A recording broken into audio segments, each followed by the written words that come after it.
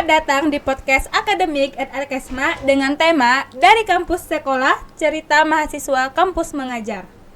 Di sini kita akan membahas pengalaman seru, tantangan, dan pelajaran berharga yang didapatkan oleh teman-teman kita yang terlibat dalam program Kampus Mengajar ini.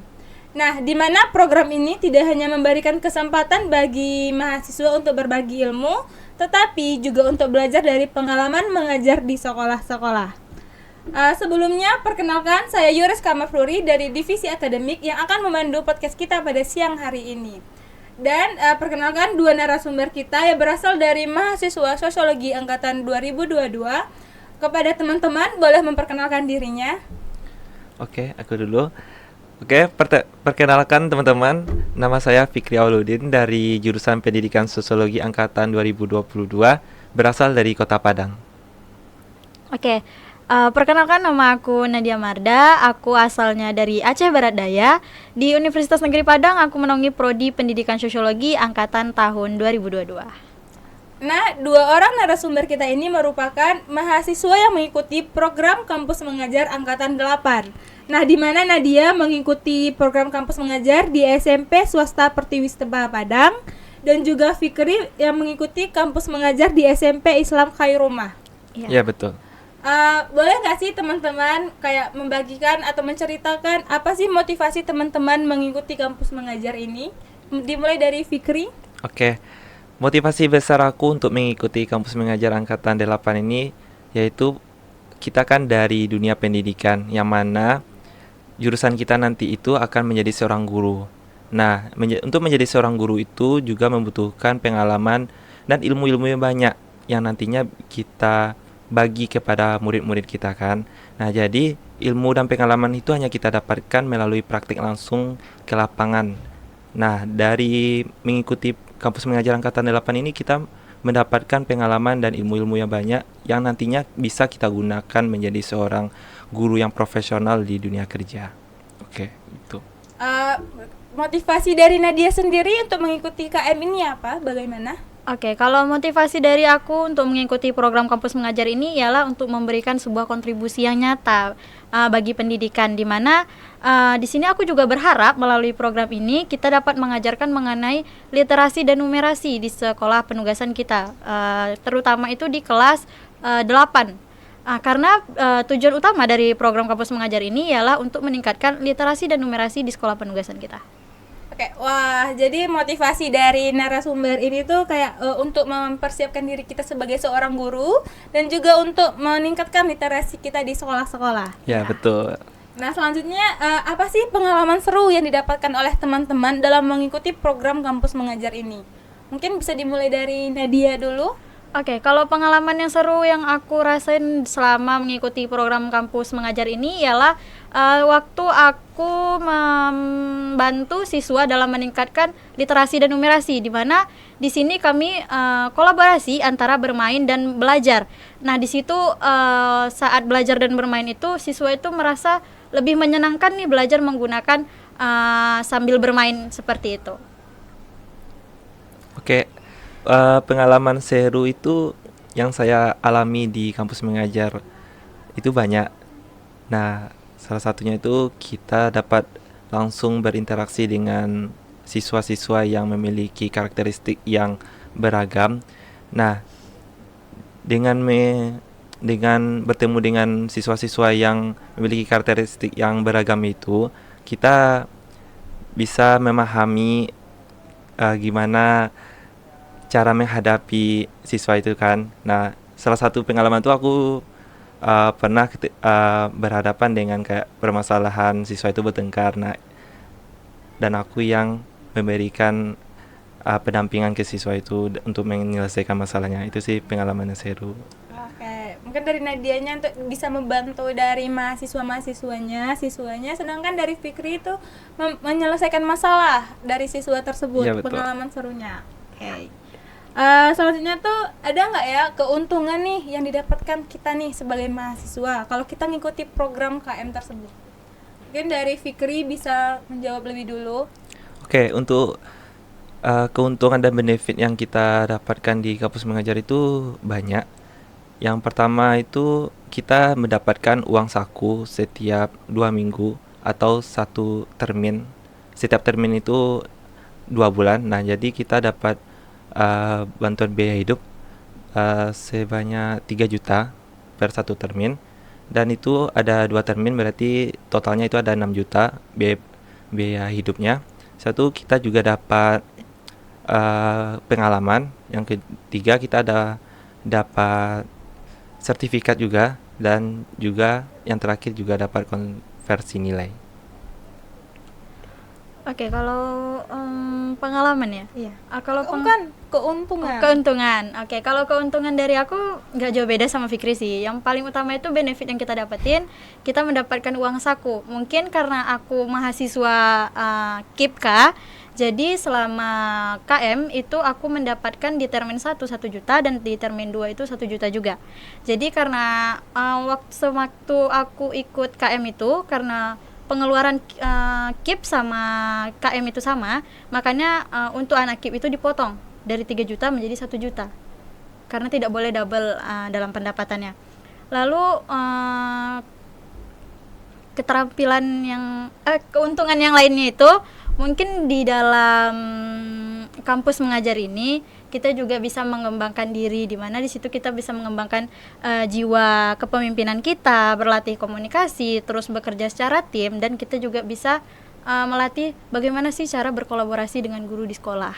Oke, Tadi kan ada konversi nilai ya. Ya, betul. Itu tuh sudah dari awal dikasih tahu apa kita setelah mengikuti KM atau bagaimana? Kalau konversi KRS itu memang itu kebijakan dari kita mengikuti MBKM. Setiap kita mengikuti program-program MBKM dari pemerintah, itu kita dikonversi SKS sebanyak 20. Jadi waktu aku semester 5 kemarin itu ada dikonversi untuk mata kuliahku semuanya. Dan hasil nilai kita selama mengikuti KM itu dikonversikan ke nilai-nilai mata kuliah yang kita konversi kemarin. Ya, betul. Untuk konversi nilai itu, pihak kampus mengajar itu memberikan konversi nilai itu sebanyak 20 SKS. Tapi itu diserahkan kembali ke setiap jurusan. Nah, nanti ada juga jurusan yang nggak bisa full 20 SKS dikonversi, karena ada juga beberapa mata kuliah yang nggak bisa dikonversi. Jadi itu tergantung kebijakan jurusan lagi, apakah menerima full 20 SKS untuk dikonversi atau cuma setengah atau sebagian saja gitu. Oke, di jurusan kita kan pendidikan sosiologi nih. Iya. Jadi kan kita pasti akan melakukan PL ke sekolah-sekolah. Iya. Ini apa PL ini bisa dikonversi dengan KM apa tidak? Aku dulu. Ya, kampus. Oke, kalau dari prodi kita mengenai konversi PLK ke dalam kampus mengajar itu susah untuk dikonversi. Mengapa demikian? Karena dari kita kan jurusan pendidikan sosiologi dan kita itu memang dominan mengajarnya itu di SMA. Karena hanya di tingkat SMA yang ada mata pelajaran sosiologi. Dan waktu aku ikut KM, aku itu kan di SMP. Memang sih IPS dengan sosiologi itu selinier, tapi perbandingannya cukup jauh karena aku tingkat menengah pertama sedangkan SMA itu tingkat menengah atas. Jadi jika dikonversi itu mungkin akan berat karena nggak sejalan. Ya, walaupun sosiologi itu juga ada ya di pendidikan IPS yang diajarkan di SMP, tapi karena kita itu lebih dominan ke SMA, jadi sulit untuk dikonversi. Kemarin itu kata jurusan harus dirapatkan dulu oleh para dosen apakah bisa PLK kami ini untuk dikonversi gitu. Tapi untuk menunggu rapat itu mungkin lama juga menunggu waktunya, jadi kayaknya nggak bisa gitu. Oke. Mungkin selanjutnya aja ya. Kan teman-teman berdua mengikuti organisasi kan? Nadia dari organisasi Hima Sosiologi, sedangkan Fikri dari BMU. Iya, BMU. betul. Bagaimana nih cara teman-teman untuk memanajemen waktu di antara KM dengan organisasi di kampusnya? Boleh dari Nadia dulu ngejawabnya. Mungkin kalau aku cara memanajemen waktunya itu aku mencatat setiap schedule. Misalnya nih di hari Selasa kita ada acara di HMD di jam sekian, sedangkan aku tuh juga ikut kampus mengajar itu full day hitungannya. Aku dari jam 6.45 itu udah masuk sampai jam 4 sore. Jadi nanti misalnya di jam 1 aku ada kegiatan HMD, itu nanti aku bakalan izin dulu sama Pamong ataupun sama Kepsek. Jadi izinnya tuh enggak di hari itu aja. Misalnya sehari sebelum kegiatan itu aku udah harus izin dulu karena kita tidak boleh meninggalkan sekolah karena di situ juga banyak kewajiban kita. Jadi seperti itu aku cara memanajemen waktu. Untuk Fikri bagaimana? Oke, untuk cara aku manajemen waktu itu pertama itu aku di meja belajar aku itu ada mading. Nah, di setiap mading itu ada tulisan jadwal-jadwal yang akan aku laksanakan untuk kedepannya. Nah, nanti di setiap mading itu ada skala prioritas.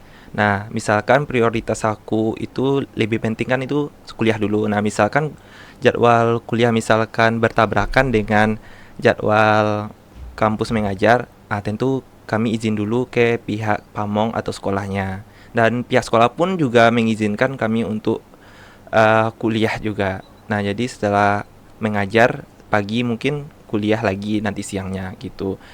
Dan juga di kegiatan di organisasi pun aku dulu pernah juga pengalaman bertabrakan kegiatan kampus mengajar dengan kegiatan itu universitas. Nah, itu ada ekspedisi kampus kuning juga di bulan Desember itu bertabrakan dengan kegiatan kampus mengajar. Itu aku izin dulu ke sekolah untuk mengikuti kegiatan itu dan sekolah pun juga aware untuk mengizinkan karena teman-teman juga bisa membantu dalam memenuhi program-program kami yang belum selesai gitu. Oke, berarti keduanya memiliki trik masing-masing untuk Ya, manajemen waktunya. Iya. Mungkin selanjutnya tuh ada nggak ya saran dari teman-teman nih yang telah mengikuti program KM untuk teman-teman atau adik-adik kita yang lain yang dari angkatan mungkin 23, 24 dan selanjutnya apa sih kayak saran lah untuk mereka untuk tertarik atau cara-caranya gimana cara bisa lolos KM tersebut? Oke, aku dulu. Oke, dari Nadia dulu Mungkin boleh. kalau saran dari aku itu kalau ingin mengikuti program kampus mengajar, yang terutama itu kita harus memenuhi syarat saat kita mendaftar program MBKM, walaupun bukan kampus mengajar aja ya.